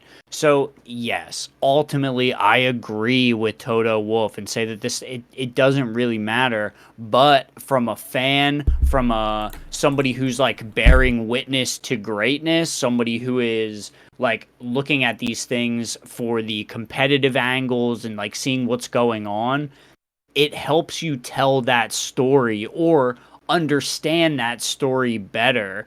So yeah, your description of it is perfect. They're just snide remarks that I think ignore the fact that like fans are in it for the storylines. Like, what do you think we're here for? Like, you're so cold to just think of it as like, oh, we just show up and we put the wrenches to the tires and we fucking race. We don't care about records and of course, like that's fine. but also, but understand. Go ahead. I think everyone cares about right. Like, yes, in You're goddamn right we do. Like, depending on what person is, like, I get why he would say that and everything. I understand it, but I'm like, you're lying, because if that was Lewis on that end, you would be ranting and raving over the post race comms and everything. You'd be going That's crazy. 10 in a row, Lewis. And for anyone who I saw this the other day, for anyone who is that sick of the same winner again and again, just don't become a fan of motocross, because I guess in this year's pro motocross, or I think it might have been supercross, I'm not sure, but there was one dude who won every single race of the entire season.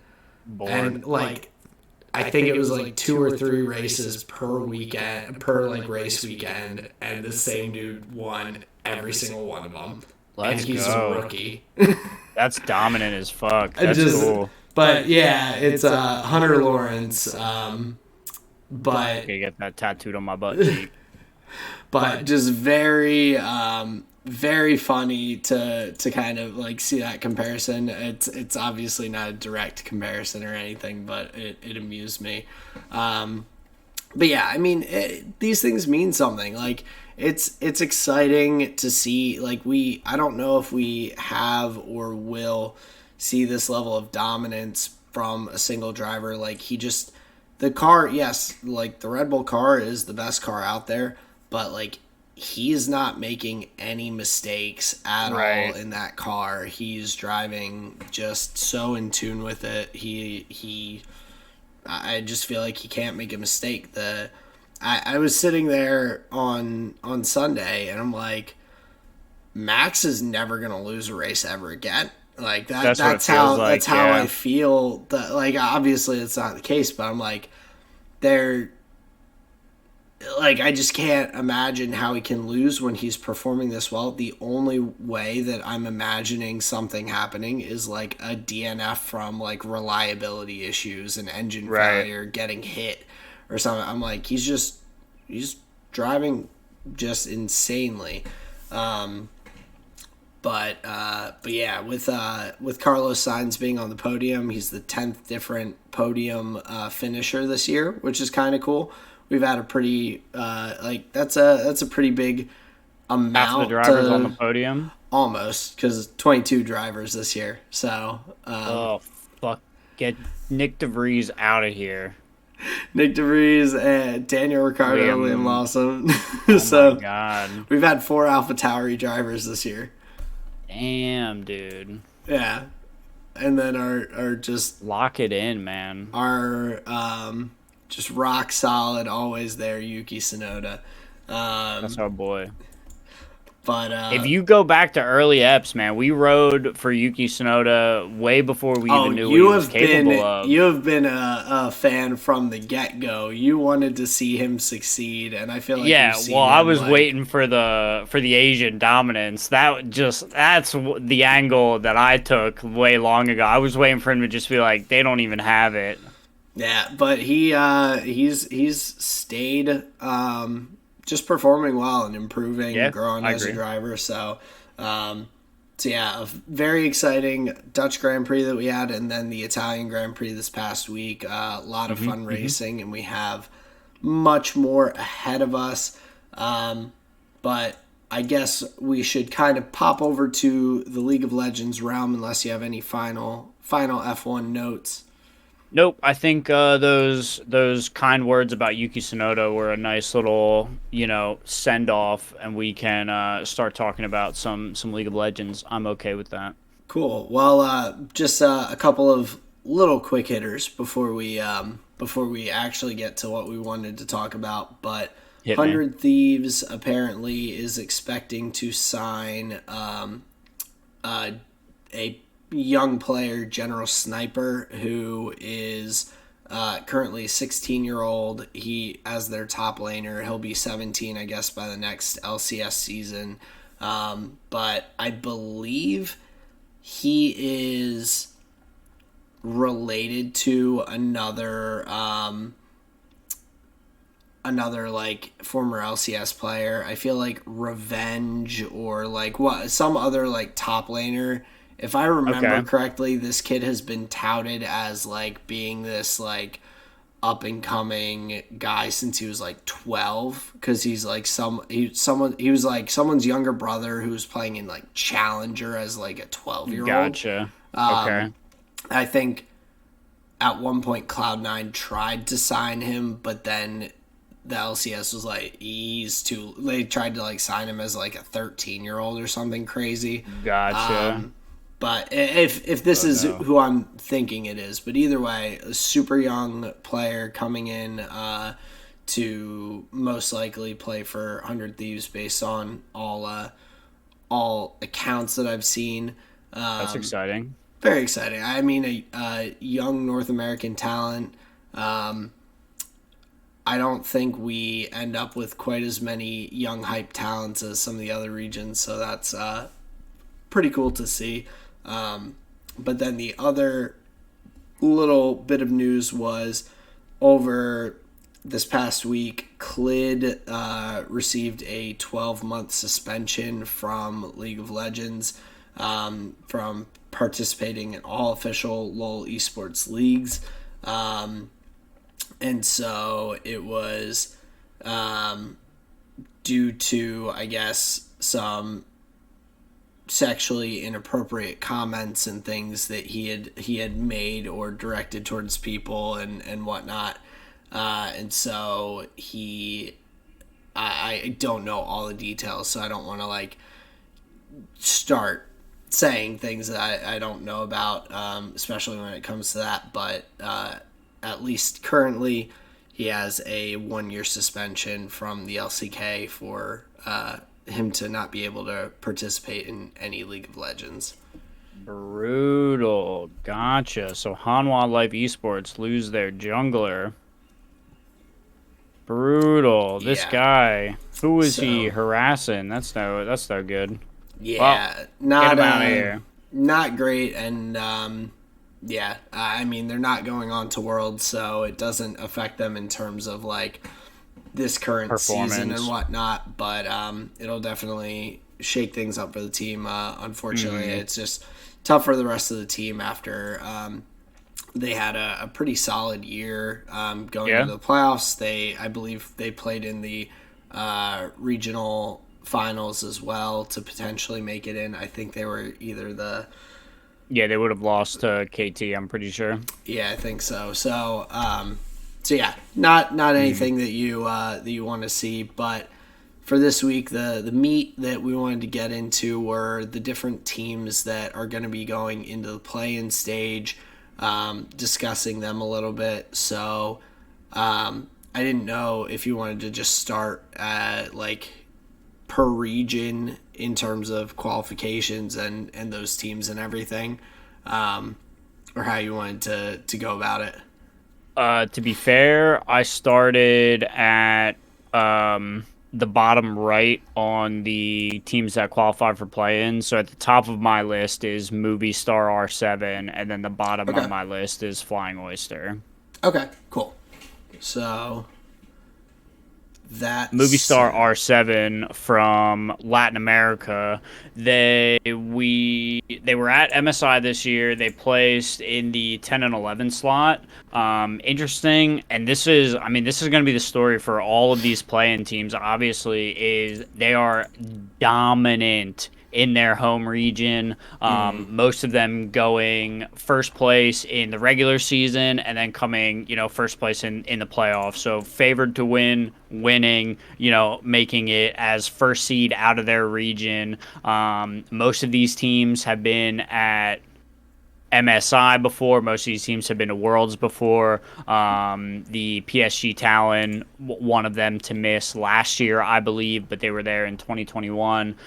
So most of these teams, most of these players have good international experience, between Worlds and MSI tournaments. But Movie Star R7, their playoff run looking really solid. They've only dropped 2 maps. They had to play EST 2 times in their run. They faced them in the semifinals, or I guess like the upper bracket final, and then in the grand final, improving their record then against EST, previously dropping 1 map and then going lossless in the grand final. So Movie Star R7 coming hot off of just a pretty solid series. We've seen them have a similar roster going all the way back to early 2023. So this core group of 5 members have been playing for a decent amount of time, and yeah, I'm interested to see what R7 can do, especially because it seems like 2023 has been a peak for their roster. So I'm interested to see what these guys can do. Yeah, and they also went 14-2 in games in the regular season, 7-0 in their series. So they had a really solid performance. In From what we saw in MSI, they did get 2-0'd by Billy Gaming, but they in the losers bracket of the play-in beat GAM Esports.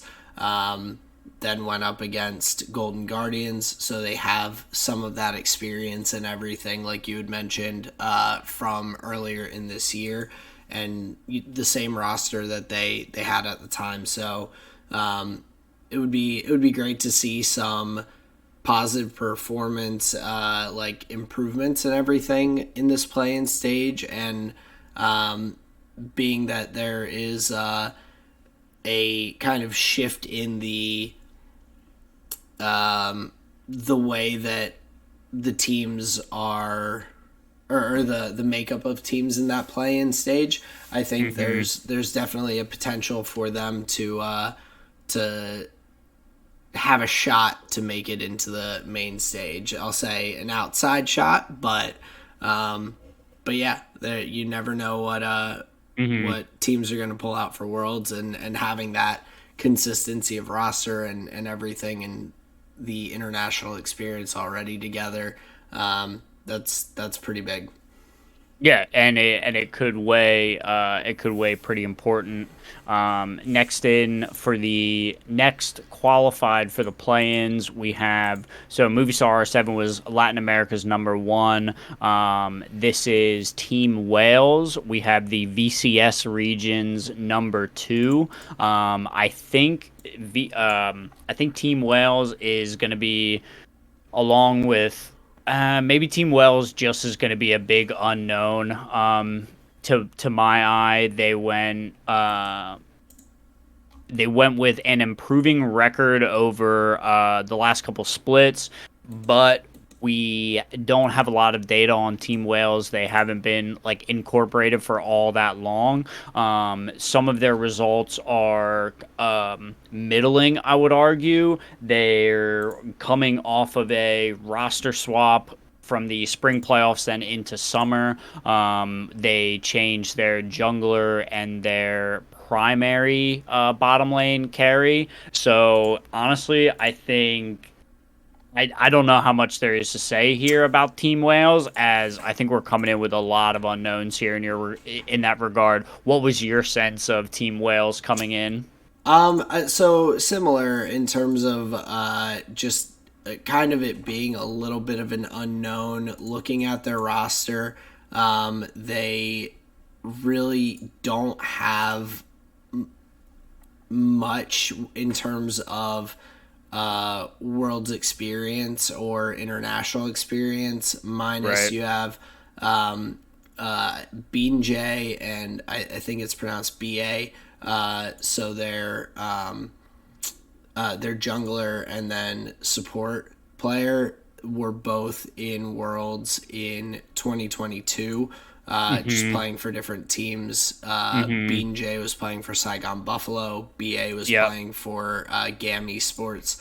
Yep. So Okay. they do have some players with a little international experience, but I overall don't really have necessarily high expectations for them. They were very strong, them along with GAM Esports, who are going to be the two VCS representatives, being the two teams in their finals for the summer. Both performed really well. GAM Esports was 9-3 in their series. Team Wales was 8-4. And they both have made their run through the playoffs. now to kind of make it to the finals. GAM Esports had a couple of shaky series, and then Team Wales also got knocked down into the lower bracket earlier on, and Mm-hmm. kind of went on a little run, including beating Team Secret, who had 3-0'd them earlier in the playoffs. So I don't necessarily feel like they are going to be a dominant force, but I think having those two players with a little bit of experience definitely will help them a little bit coming into the play-in stage.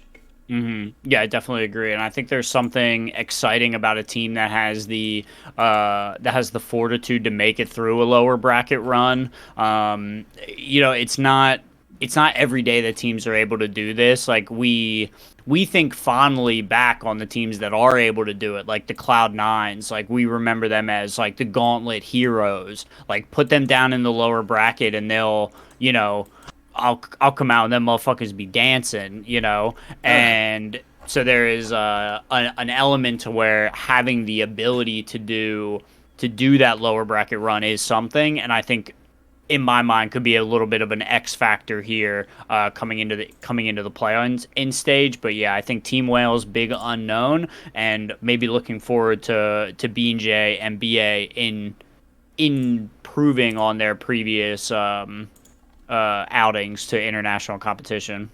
yeah, and looking next to them in the VCS with GAM Esports, I feel like to some extent it's a relatively similar kind of thought process for them.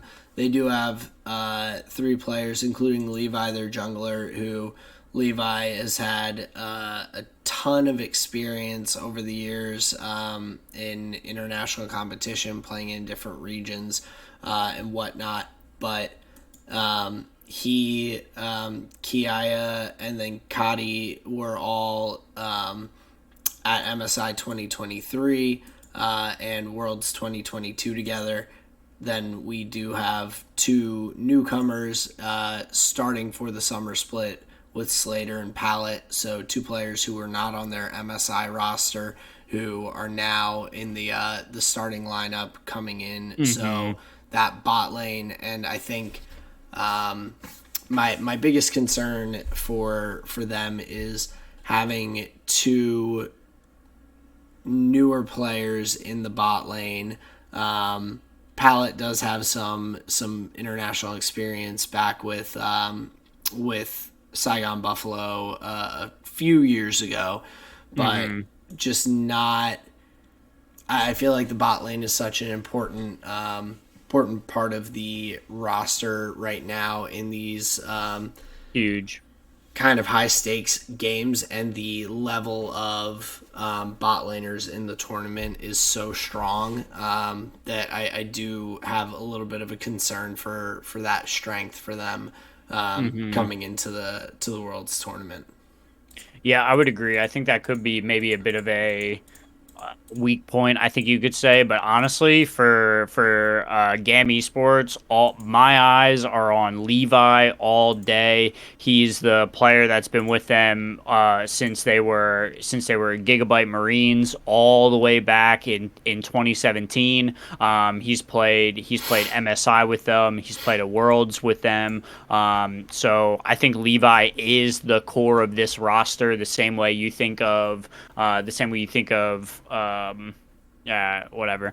But Levi has been here for the extent of like the team's life, so I think they're going to be big time relying on Levi's experience, leadership, and guidance from the jungle role to really carry them victories here, because we see like in their home region, again, we're going to say this over and over, dominant, winning, having solid records over compared to their counterparts. But once we get to the world stage, it requires something a little bit more. So when we talk about GAM Esports, yeah, like I said, my eyes are going to be on Levi, because my hope is that he's going to be the one to bring that experience to the world stage and hopefully help GAM grab some wins here.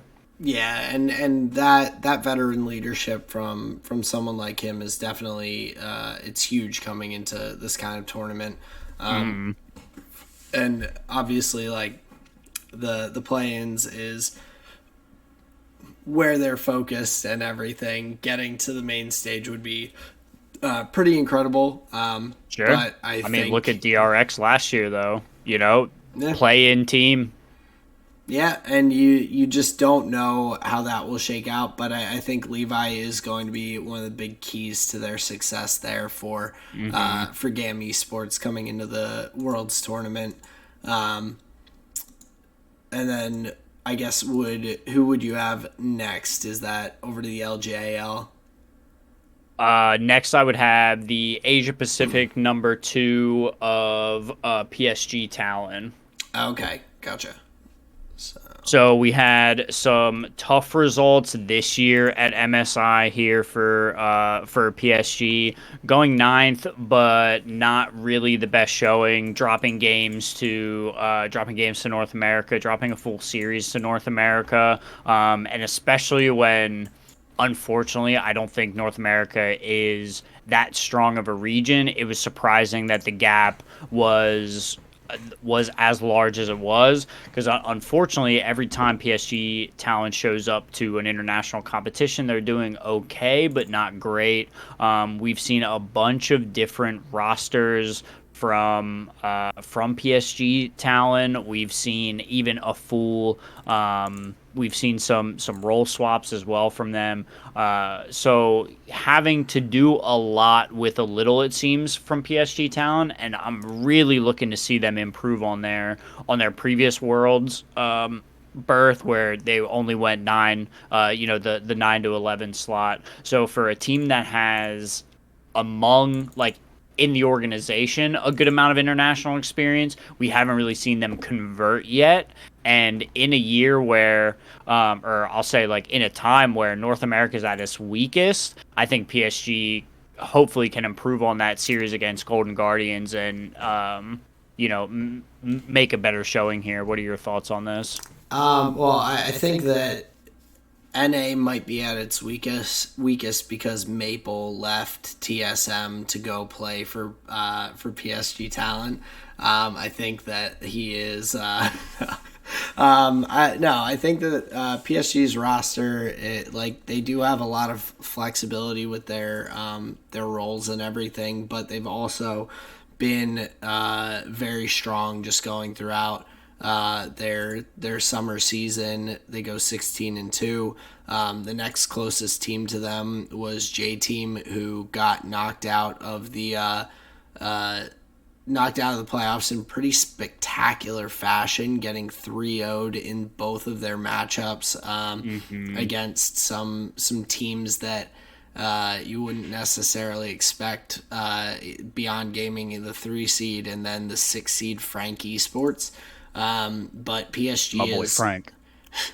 PSG's just looked really strong. They haven't dropped any series on their way to this PCS finals, and they do have a number of players on the team who have had some time to play together and everything. They have a couple of newer faces, like I said, with Maple being one of them. But I think that they should have a pretty solid performance and will be one of the teams that I'm kind of looking out for the most to potentially be that second team to qualify, or the first or second team out of the qualifiers. Mm. I of course would lean towards whoever the 4 seed from either EU or NA to be kind of the favorites coming into to the play-in stage, whichever of those Hmm. teams ends up there. But yeah, I think that would be one of my top teams to kind of keep an eye on in this play-in stage to potentially make the main stage. Sure. I think that's a pretty interesting prediction in that regard. Um, And then the what seems to be we'll cover the Asia Pacific, the second team from there from the PCS region. What appears to be the worst team coming into the play-in just based on results. A couple of these players have international experience, specifically their top side. We see Rest and Gemini being on the roster for the longest and having a good amount of experience together. But since Worlds 2022, the roster has changed up a little bit, changing their mid laner out.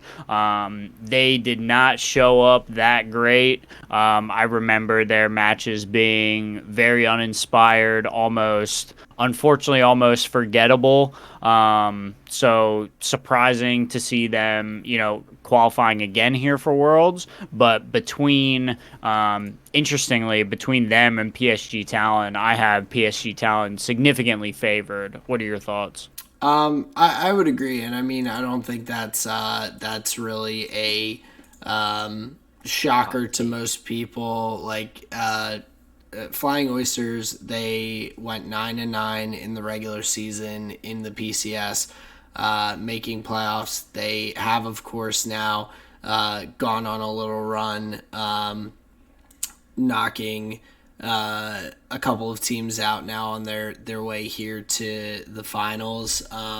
And so they've made it, but not really in any sort of dominant fashion. They've had 3-2 series against both Frank Esports and then Beyond Gaming, where they've come out on top, of course. But I think just based on their regular season and all this miracle run a little bit through the playoffs, I think may end up being the height of this year's successes, and not necessarily here in the playing stage for Worlds.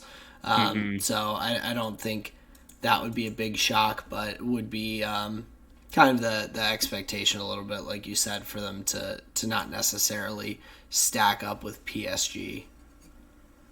Happy to be pleasantly surprised here in that regard, but yeah, we'll look for Rest and Gemini to see if they can improve their results here, and then finally, what I had unceremoniously been unorganized for here, our final entry is the LJL's number one Detonation Focus Me. Tell me your thoughts on this team here coming into Worlds. I mean, well, DFM has been a mainstay for the LJL. They've won just consistently in the LJL over the past few years.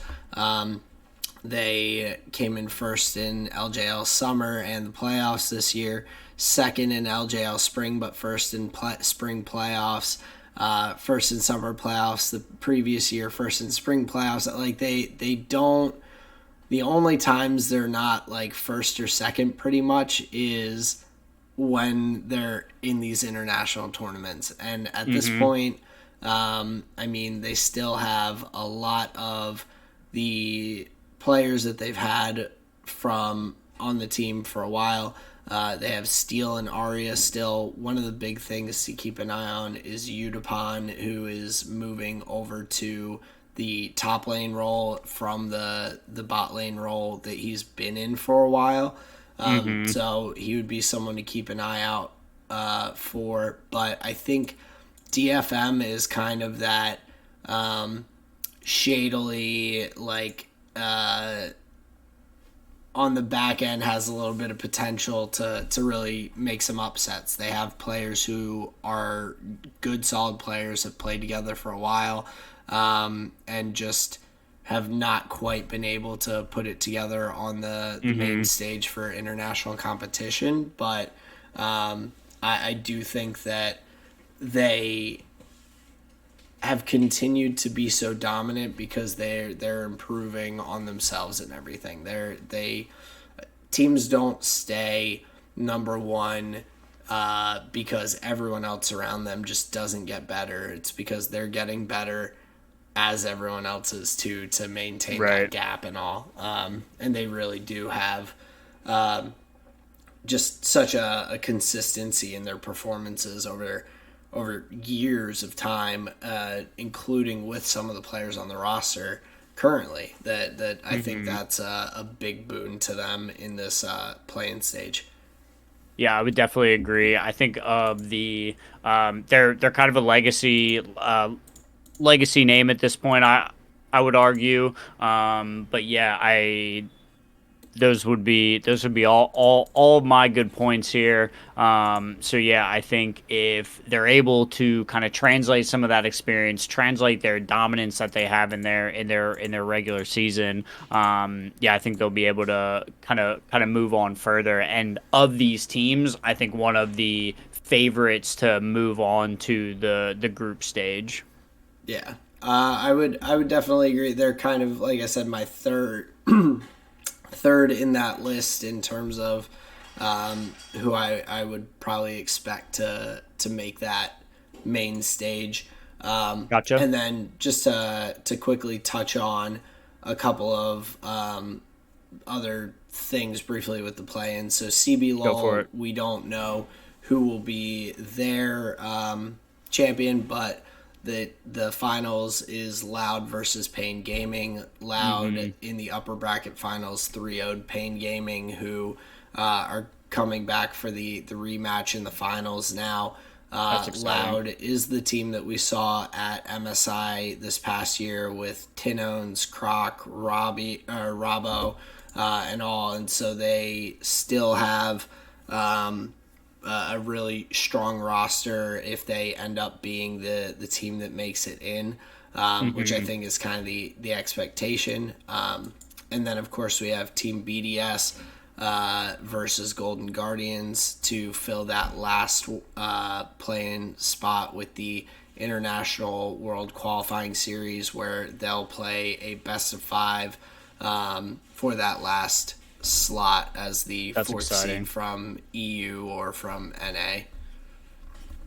Right. So, And that's the rule change of only one of those regions getting a yes, fourth. where previously they've both gotten the fourth team in the play-in, and it's kind Yep. of like, oh, is it which one of these guys is going to be first and which one's going to be second, and everyone else is kind of knocked out. It's nice that both the EU and NA get a fourth seed that makes it, but that they will have to play each other to make it in, and it opens up a slot for one of those other Hmm. developing regions to have a slot into that main stage and not just get locked out at the play-ins every Right. year.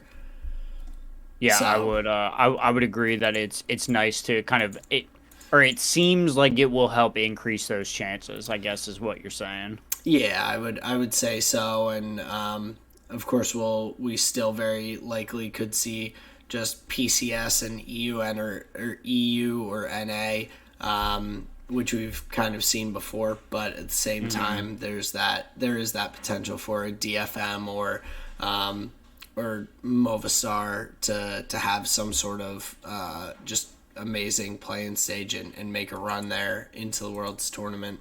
But yeah, over the next few weeks, we'll be talking about the different regions, the teams that have qualified, kind of our expectations as we're leading up into the playing stage for Worlds.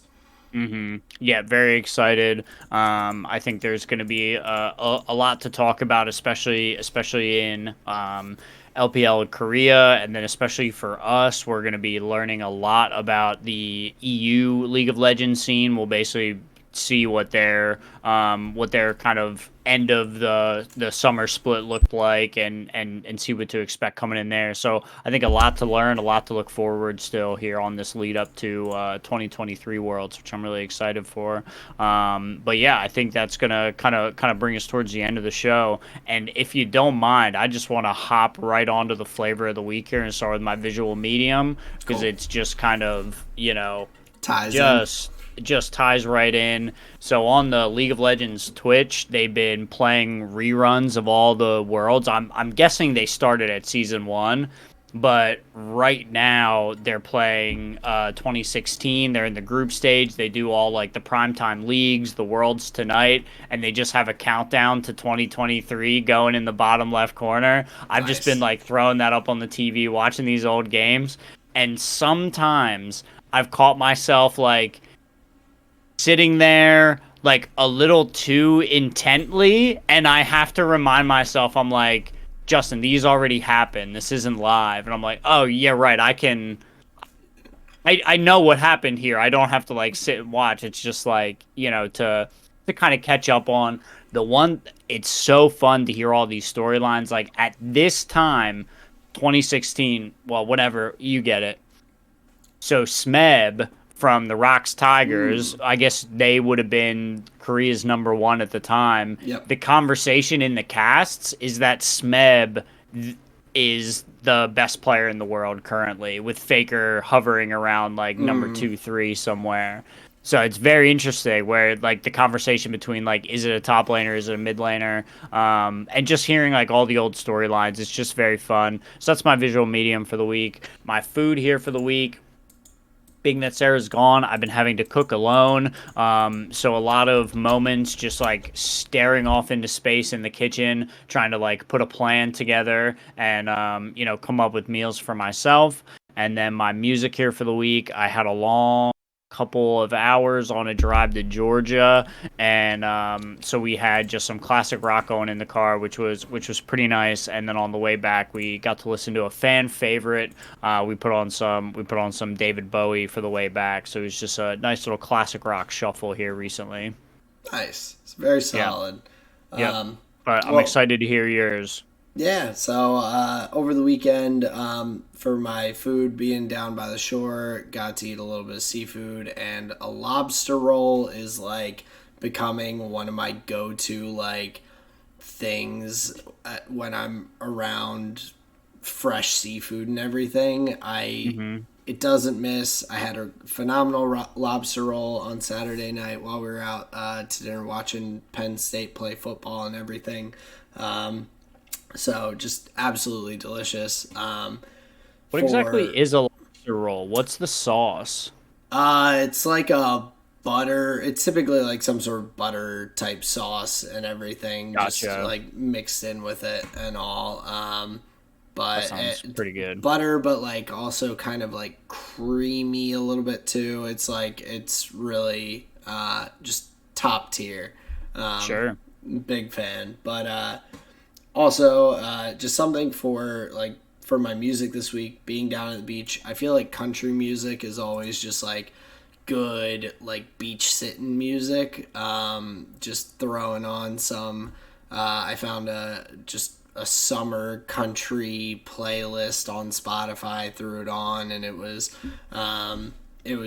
jamming. We had some cheeseburger in paradise. We had a little bit of Damn, this, rest a in little bit of peace. that. I know.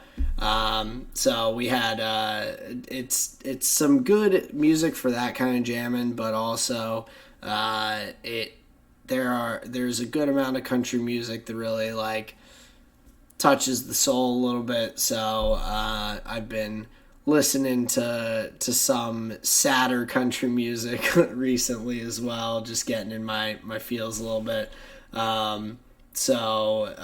Yeah, country has been definitely been my music for the last week.